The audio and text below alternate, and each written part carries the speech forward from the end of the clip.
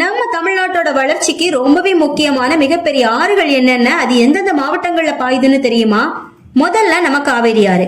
இத பொன்னின்னு செல்லமா கூப்பிடுவாங்க. கர்நாடகால ஆரம்பிச்சு தமிழகத்துல மட்டும் சுமார் 416 கிலோமீட்டர் வரைக்கும் இந்த ஆறு பாயுது. தர்மபுரி, நாமக்கல், சேலம், ஈரோடு, கரூர், திருச்சி, தஞ்சாவூர், மயிலாடுதுறை, திருவாரூர், நாகப்பட்டினம்னு பல மாவட்டங்கள் வழியா போய் விவசாயத்துக்கு ரொம்பவே சப்போர்ட் பண்ணுது. அடுத்ததா பாலாறு. இது கர்நாடகால ஆரம்பிச்சு தமிழ்நாட்டுல சுமார் 222 கிலோமீட்டர் வரைக்கும் பாயுது. கிருஷ்ணகிரி, தர்மபுரி, வேலூர், திருவண்ணாமலை, காஞ்சிபுரம், செங்கல்பட்டு, விழுப்புரம், கடலூர் உள்ளிட்ட மாவட்டங்களுக்கு முக்கியமான நீர் ஆதாரமா இது விளங்குது. அடுத்ததா வைகை ஆறு.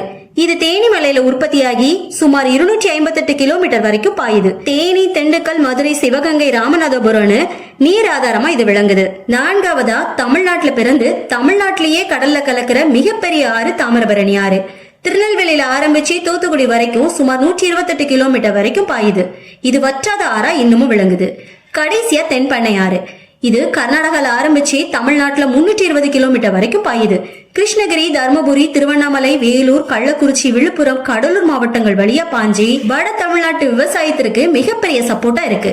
உங்க மாவட்டத்துல எந்த ஆறு இருக்குன்னு கமெண்ட்ஸ்ல சொல்லிட்டு இது போன்ற நல்ல தகவல்களை தெரிஞ்சுக்கணும் அப்படின்னா சேனலை மறக்காம சப்ஸ்கிரைப் பண்ணிக்கோங்க. தேங்க்ஸ் ஃபார் வாட்சிங்.